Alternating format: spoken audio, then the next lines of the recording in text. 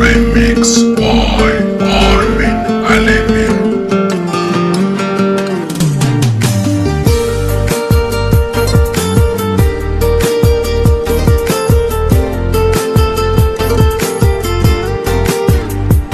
تو که نیستی پیشم، هرچی میگم به هر کی میگم که با من بمونه میذاره میره از دل من. دیوونه میشم توی خیابون، تنها میمونه دستای سرد عاشق من. وقتی تو را میبینم بر میکشم تو دستای گرمت، مثل قدیم و بچه میشم. میخوام با تو باشم، تو دنیا جایی ندارم به جز دل تو، اینو میگم.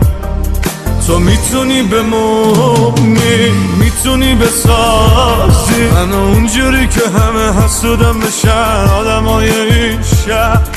قول بده بمونی، قلبمو بسازش.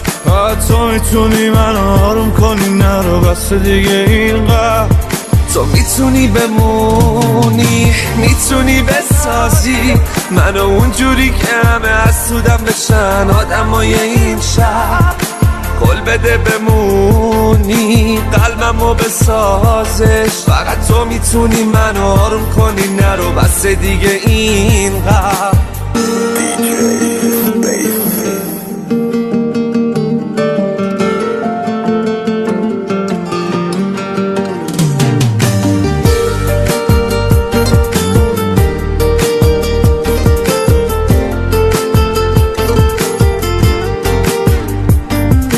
پیش من تو بمون، پا به پام تو بیا. بذار هرچی میگن بگن، نمیدونن اونا که من عاشق شدم. میخوام با تو باشم، تو دنیا جایی ندارم به جز دل تو، اینو میگم. تو میتونی بمونی، میتونی بسازی منو اونجوری که همه حسودم بشن آدمای این شهر.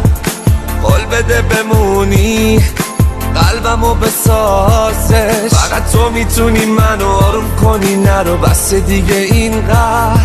تو میتونی بمونی، میتونی بسازی منو اونجوری که همه حسودم بشن آدمای این شهر. قول بده بمونی، قلبمو بسازش.